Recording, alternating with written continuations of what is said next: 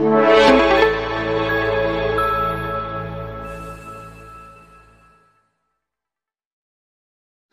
बंधुरा, आमी डॉक्टर मानस दास होमिओपैथी रोग निरामय चैनल पक्ष থেকে সবাইকে স্বাগত জানাই। আশা করছি আপনারা সুস্থ আছেন এবং ভালো আছেন। আজকে যে বিষয় নিয়ে আলোচনা করব সেটি হলো শারীরিক দুর্বলতা। আমরা এই শারীরিক দুর্বলতার হোমিওপ্যাথিতে কি কি মেডিসিন রয়েছে সেই সম্বন্ধে আলোচনা করব এবং শারীরিক দুর্বলতা আমাদের কি কি কারণে আসতে পারে সেটির বিষয়েও আলোচনা করব এবং সবশেষ আলোচনা করব হোমিওপ্যাথিতে যে মেডিসিনগুলো আমরা ইউজ করব সেগুলো কত পোটেন্সি নিলে এবং কত মাত্রায় খেলে সবচেয়ে বেশি কার্যকারী হবে সে বিষয়েও আলোচনা করব। আপনারা যদি চ্যানেলে নতুন হয়ে থাকেন তাহলে আপনারা চ্যানেলটি সাবস্ক্রাইব করে নেবেন এবং পাশে থাকা বেল আইকনটি প্রেস করতে ভুলবেন না, যাতে পরবর্তীতে নতুন নতুন এরকম ইনফরমেটিভ ভিডিও আসলে আপনাদের সামনে নোটিফিকেশন চলে যায়। তাহলে চলুন ভিডিওটি স্কিপ না করে সম্পূর্ণ দেখার অনুরোধ রইল। আপনি যদি শারীরিকভাবে অত্যন্ত দুর্বল হয়ে থাকেন, কিছু সময় বসে থাকার পরে দাঁড়িয়ে পড়লে মাথা চক্কর দিতে থাকে এবং চোখ অন্ধকার হয়ে যায়, তাহলে বুঝবেন যে আপনার শরীরে কোনো না কোনো সমস্যার জন্য হিমোগ্লোবিনের ঘাটতি হচ্ছে। শরীরে যদি হিমোগ্লোবিনের ঘাটতি হয়ে থাকে তাহলে আমাদের ডাক্তারি পরিভাষায় একে রক্তহীনতা বা অ্যানিমিয়া নামে পরিচিত হয়। এই অ্যানিমিয়া রোগের লক্ষণগুলি হলো, আপনি যদি কাজ করতে করতে অল্পেতে হাঁপিয়ে ওঠেন, তার সঙ্গে সঙ্গে আপনার শ্বাসকষ্টের মতো রোগের লক্ষণগুলি পরিলক্ষিত হয়। এর সঙ্গে সঙ্গে হাতের নখের অংশগুলো সাদা ফ্যাকাশে থাকে এবং চোখ মুখ সাদা হতে দেখা যায়। চোখের নিচের দিকের ভিতের অংশ, যেটা কনজাংটিভাল বলা হয়, এটিকে সাদা সাদা ভাব লক্ষিত হয়। তাহলে আপনি ভাববেন যে আপনার অ্যানিমিয়া বা রক্ত অল্পতা রোগ হয়েছে। এরকম পরিস্থিতির উপরে আপনারা প্রয়োজনে ব্লাড টেস্টও করাতে পারেন, যেটাকে হিমোগ্লোবিন টেস্ট বলা হয়ে থাকে। এছাড়াও আপনারা আরও একটি টেস্ট করে নিতে পারেন, যেটি হলো CBC, complete blood count test. এতে আপনারা এই টেস্টের মাধ্যমে বুঝে নিতে পারবেন আপনার শরীরে হিমোগ্লোবিনের মাত্রাটা কত পরিমাণে আছে। হিমোগ্লোবিন হলো আমাদের শরীরের শক্তির উৎস। যদি কোনো কারণে হিমোগ্লোবিনের শরীরে ঘাটতি হয় তাহলে কোনো ছোটোখাটো কাজ করার সঙ্গে সঙ্গে আমাদের শরীরটা হাঁপিয়ে উঠবে এবং শ্বাসকষ্টের মতো উপসর্গগুলি দেখা যেতে পারে এবং সারা সময় ঘুম ঘুম ভাব, কাজে অনীহা, কাজ করার তেমন ইচ্ছা থাকে না, শারীরিক দুর্বলতা, এই সমস্ত কিছু লক্ষণও দেখা যেতে পারে। এর সঙ্গে সঙ্গে হাতের নখের অংশগুলো সাদা ফ্যাকাশে থাকে এবং চোখ মুখ সাদা হতে দেখা যায়। এছাড়াও চোখের নিচের দিকে ভিতের অংশ, যেটা কনজাংটিভাল বলা হয়, এটিকে সাদা সাদা ভাব লক্ষিত হয়। তাহলে আপনি ভাববেন যে আপনার অ্যানিমিয়া বা রক্ত অল্পতা রোগ হয়েছে বা আপনি এই রক্তহীনতা রোগে ভুগছেন। এই শারীরিক দুর্বলতা বা রক্তহীনতা প্রবলেমগুলো আমাদের শরীরে বিভিন্ন রকম কারণে আসতে পারে।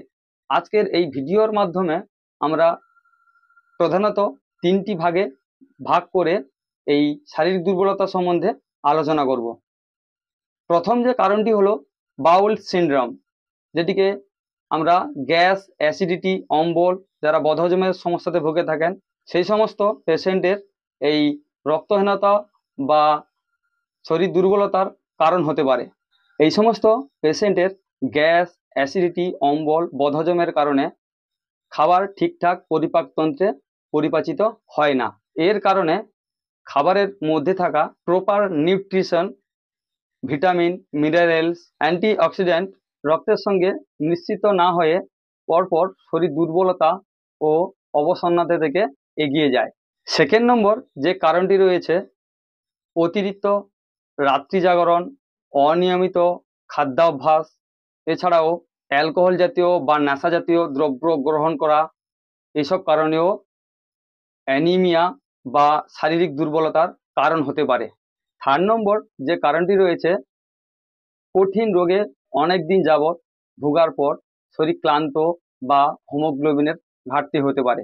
এরপর আমরা জেনে নেব এই সমস্ত শারীরিক দুর্বলতা বা রক্তহীনতা রোগে আমরা কোন কোন মেডিসিন ব্যবহার করতে পারি। হোমিওপ্যাথি মেডিসিন মানে রোগ লক্ষণের উপর খুব নির্ভরশীল, তাই আজকে কয়েকটি মেডিসিনের কথা বলবো, সেগুলি কি আপনার রোগ লক্ষণ মিলিয়ে খেতে পারেন। যেমন প্রথম নম্বর যে মেডিসিনটির কথা বলবো সেটি হলো চাইনা, যেটাকে আমরা সিঙ্কোনা নামেও পরিচিত। এই মেডিসিনটি আপনারা 30 CH পোটেন্সির আপনারা নিতে পারেন সারা দিনে 3 টাইম, সকাল দুপুর রাত্রিতে 2 ফোঁটা করে হাফ কাপ জলের সঙ্গে দিয়ে আপনারা এটাকে নিতে পারেন। যদি আপনারা গ্যাস, অ্যাসিডিটি, অম্বল, বদহজমের সমস্যাতে ভুগে থাকেন, তাহলে আপনারা লাইকোপোডিয়াম 30 CH পোটেন্সির সারা দিনে 3 টাইম করে 2 ফোঁটা করে হাফ কাপ জলের সঙ্গে দিয়েও ট্রাই করতে পারেন। এর সঙ্গে সঙ্গে আপনাদের যদি সুরাপান বা মদ্যপানের অভ্যাস থাকে বা অধিক রাত্রি জাগরণ করেন, এই সমস্ত ক্ষেত্রে নাক্সভোম 30 মেডিসিনটিকে ব্যবহার করতে পারেন। 30 CH পোটেন্সির সারাদিনে 3 টাইম খাওয়ার পরে পরে এই মেডিসিনটিকে ব্যবহার করলে সবচেয়ে ভালো কাজ হবে বলে আশা রাখছি। এরপর যে মেডিসিনটির কথা বলবো সেটি হলো বাইক্রেমি মেডিসিন ফেরামফস। রক্ত অল্পতার জন্য এই মেডিসিনটি খুবই কার্যকরী, ইফেক্টিভফুল একটি মেডিসিন। আপনারা এই মেডিসিনটিকে 6x পোটেন্সির মেডিসিনটিকে নিতে পারেন। আপনারা 5টি করে বটি চিবিয়ে বা চুষে খেতে পারেন সারাদিনে 3 ঘন্টা অন্তর অন্তর। এছাড়াও আপনারা আরও একটি বাইক্রেমি মেডিসিন ব্যবহার করতে পারেন, সেটি হলো ক্যালকেরিয়া ফস 6x। এই মেডিসিনটি রক্ত অল্পতা প্লাস শারীরিক দুর্বলতার উপরেও খুব ইফেক্টিভফুল একটি মেডিসিন। এটিকে আপনারা 5টি করে বটি উষ্ণ গরম জলের সঙ্গে সারাদিনে 4 টাইম করে চিবিয়ে বা চুষে খেতে পারেন উষ্ণ গরম জলের সঙ্গে। এটিকে আপনারা ফেরাপাসের সঙ্গেও পর্যায়ক্রমে ব্যবহার করতে পারেন। এরপর আমরা জানব ঘরোয়া কি কি খাবার আছে, সেগুলির মাধ্যমে আমরা এই শারীরিক দুর্বলতা বা রক্তহীনতা রোগ থেকে মুক্তি পেতে পারি। প্রথম যে খাবারটির কথা আমরা মনে করতে পারি সেটি হলো কিশমিশ। আপনারা এই কিশমিশটিকে 20 গ্রাম পরিমাণে এই কিশমিশ নিয়ে আপনারা হাফ কাপ জলের সঙ্গে ভিজিয়ে রেখে দিন। পরের দিন সকালবেলা এটিকে দুধের সঙ্গে অ্যাড করে ব্যবহার করতে পারেন। যদি আপনারা এই দুধের সঙ্গে বা কিশমিশের সঙ্গে গুড় অ্যাড করে দেন, তাহলে আরও অত্যন্ত কার্যকারী একটি খাবারে পরিণত হবে। এ থেকে দ্রুত হিমোগ্লোবিনের ঘাটতিটা পূরণ হবে, তাতে আমাদের শরীরের দুর্বলতাগুলো থেকে বা শারীরিক দুর্বলতার যে কটি লক্ষণ আছে সেগুলি থেকে আমরা মুক্তি পেতে পারি। এছাড়াও আমাদের কিছু কিছু সবুজ শাকসবজি রয়েছে, এগুলির মাধ্যমে আমরা শারীরিক দুর্বলতাও কাটিয়ে ফেলতে পারি। যেমন সবুজ শাকসবজির মধ্যে পুঁই, পালং, লোটে, কমলি শাক, এই সমস্ত শাকসবজি থেকে আমরা প্রচুর পরিমাণে vitamin, minerals, vitamin C, iron, vitamin B12, vitamin 3, 6, এই সমস্ত নিউট্রি বা মিনারেলস আমাদের শরীরে যোগান দেয়, যার ফলে আমাদের শরীরে এই ব্লাডের ঘাটতিগুলোও দ্রুত রিমুভ করতে থাকে। কিছু ভিটামিন সি যুক্ত খাবারের মাধ্যমে আমরা শরীরে ভিটামিন বা মিনারেলসের যোগান পেতে পারি। এই ভিটামিন বা মিনারেলসের দ্বারা আমাদের শরীরে রক্তহীনতা বা শারীরিক দুর্বলতা কাটিয়ে ওঠা সম্ভব। সেগুলি হলো কমলা লেবু, পাতিলেবু, আমলকি, কাঁচা লঙ্কা, এই সমস্ত ফলমূল বা সবজি থেকেও আমরা এই ভিটামিন সি যুক্ত খাবারের মাধ্যমে শরীর দুর্বলতা বা রক্তহীনতা রোগ কাটিয়ে উঠতে পারি। এরপর আসবো আমরা একটি বিশেষ শাকের কথা, যেটা হিমোগ্লোবিন তৈরি করতে খুবই কার্যকারী ভূমিকা পালন করে। সেটি হলো কুলেখাড়া, যেটাকে আমরা গ্রাম্য ভাষায় শ্বেত কুলখাও বলে থাকি। এই শাকটির মধ্যে আয়রন, ক্যালসিয়াম, ফসফরাস, জিঙ্ক, এই সমস্ত মিনারেলসগুলিও বিদ্যমান রয়েছে, যেটি হিমোগ্লোবিন তৈরি করার জন্য খুবই কার্যকারী একটি শাক। এটিকে আপনারা থেতো করে 1 চামচ মধুর সঙ্গে মিশিয়ে সকালবেলা খেতে পারেন।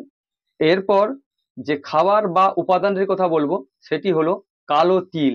এই কালো তিলের মধ্যে রয়েছে জিঙ্ক, ফসফরিকাম, ম্যাগনেসিয়াম, পটাশিয়াম, এই সমস্ত উপাদান। এই উপাদানগুলি আমাদের শরীরে মেরুমজ্জা বা বোন মেরুর উপরে অত্যন্ত কার্যকারী। এগুলি আমাদের মেরুমজ্জা বা বোন মেরুকে শক্তিশালী বা মজবুত করতে খুব সহযোগিতা করে। যদি কোনো কারণে এই ব্রণ মেরু বা মেরুমজ্জা ক্ষতিগ্রস্ত হয়, তাহলে এই কালো তিল এটিকে রিমুভ করতে সহযোগিতা করে। এই বোন মেরু থেকে আমাদের মেনত ব্লাড তৈরি হয়, এটিকে ব্লাড তৈরির কারখানাও বলা যেতে পারে। এই বোন মেরুর যদি কিছু সমস্যা হয়ে যায় বা কোনো ক্ষতিগ্রস্ত হয়, তাহলে আমাদের এখান থেকে ব্লাড সার্কুলেশনটা অনেকটা কমে যেতে পারে। সঠিক পরিমাণে বা পদ্ধতিগতভাবে ব্যবহার করা যায় বা খাওয়া যায়, তাহলে এটি বোন মেরুকে শক্তিশালী ও মজবুত করে ব্লাড সার্কুলেশন বা ব্লাড তৈরিতে সহযোগিতা করে। নমস্কার বন্ধুরা, তাহলে ভিডিওটি এই পর্যন্ত। সুস্থ থাকুন, ভালো থাকুন। যদি চ্যানেলে আপনারা নতুন হয়ে থাকেন, তাহলে চ্যানেলটি সাবস্ক্রাইব করবেন, পাশে থাকা বেল আইকনটি প্রেস করতে ভুলবেন না, যাতে এর পরবর্তী সময়ে নতুন নতুন ভিডিও আসলে আপনারা অতি সহজে নোটিফিকেশন পেয়ে যান। দেখা হচ্ছে সামনের ভিডিওতে।